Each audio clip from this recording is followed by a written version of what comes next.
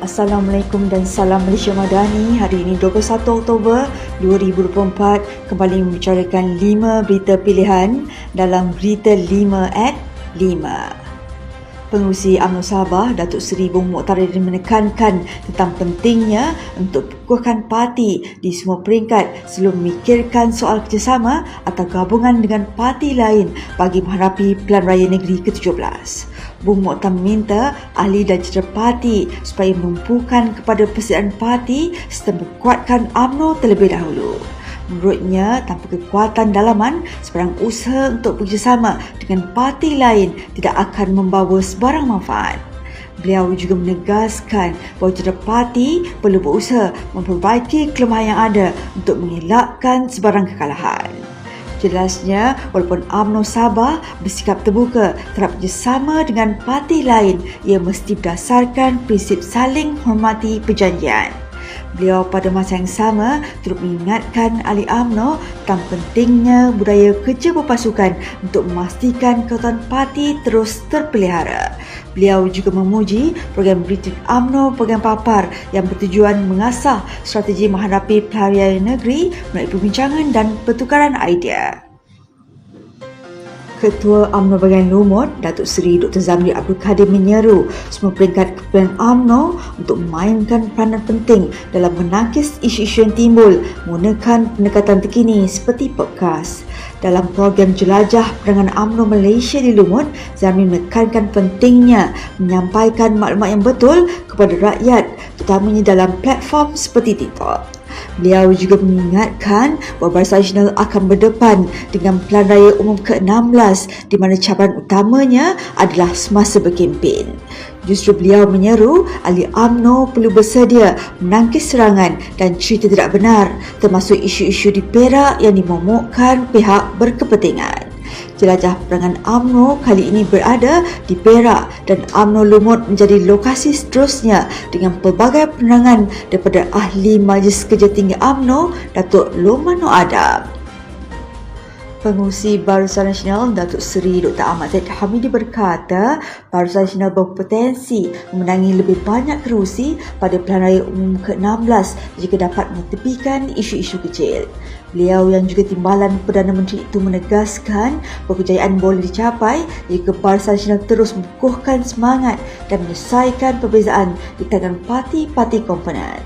Beliau berkata Barisan Nasional harus menyusun strategi dengan baik dan mengatasi masalah dalaman secara bijak. Ahmad Zahid turut menekankan kepentingan menyelesaikan perbezaan pendapat dalam parti secara tertutup tanpa mendedahkannya kepada umum. Ahmad Zahid berkata, seperti parti lain juga, Barisan Nasional turut mempunyai permasalahannya sendiri, namun gabungan itu perlu bijak dan menyembunyikan masalah yang timbul sesama mereka dan menyelesaikannya di peringkat dalaman. Beliau yang berucap dalam Majlis Perasmian Perhimpunan Agung tahunan MCA ke-71 turut mengumumkan pelantikan Presiden MCA Datuk Seri Wee Ka Siong sebagai penasihat pelaburan masyarakat Cina di bawah timbalan Perdana Menteri. Kelab Penyokong Kerajaan BBC memuji Belanjawan 2025 yang dibentangkan Perdana Menteri Datuk Seri Anwar Ibrahim sebagai berhemah dan menyeluruh dengan mengambil kira 4 faktor utama iaitu kehendak, keperluan, kemampuan dan keadaan negara. Pengerusi BBC Datuk Muhammad Shah Abdullah menyatakan bahawa belanjawan tersebut mengimbangi kepentingan rakyat, peniaga serta keperluan kerajaan dan penarafan antarabangsa. Beliau pada masa yang sama juga memuji kenaikan gaji minimum kepada RM1,700 sebulan mulai Februari 2025 yang menurutnya dapat mengurangkan jurang antara pekerja bawahan dan atasan. Mengulas berkenaan subsidi negara, beliau turut bersetuju dengan penyasaran subsidi bagi memastikan mereka yang memerlukan mendapat manfaat. Untuk rekod belanjawan 2025 yang dibentangkan merupakan belanjawan tertinggi dalam sejarah negara dan belanjawan ketiga dibentangkan di bawah Kerajaan Madani pimpinan Perdana Menteri Datuk Seri Anwar Ibrahim dan terakhir di bawah rancangan Malaysia ke-12 sebelum beralih kepada rancangan Malaysia ke-13 untuk tempoh 5 tahun akan datang. Wanita UMNO memuji Belanjawan 2025 yang dianggap inklusif dan menyeluruh merangkumi semua lapisan masyarakat. Ketuanya, Datuk Seri Dr. Noraini Ahmad menyatakan kerajaan komited menyeimbangkan antara ekonomi modal dan ekonomi rakyat selaras dengan aspirasi Pemilihan Agung Wanita UMNO 2024.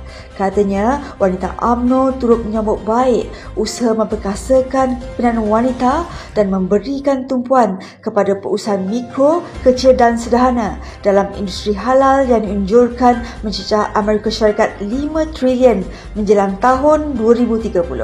Sementara itu, kerajaan negeri Pahang berbesar hati dengan beberapa projek yang dibutuhkan khas kepada negeri tersebut dalam Belanjawan 2025 yang dijangka membawa kesejahteraan dan kemakmuran kepada rakyat. Menteri Besar Pahang, Datuk Seri Wan Rosdi Wan Ismail berkata, peruntukan tersebut membuktikan kepertahanan kerajaan persekutuan terhadap kepulauan Pahang yang memiliki potensi besar dalam sektor pelancongan, pertanian dan perindustrian. Sekian sahaja daripada saya, Adibah Ahmad. Jangan lupa temu janji kita Isnin hingga Jumaat jam 5 petang. 5 berita pilihan hanya di Berita 5 at 5. Assalamualaikum dan salam Malaysia Madani.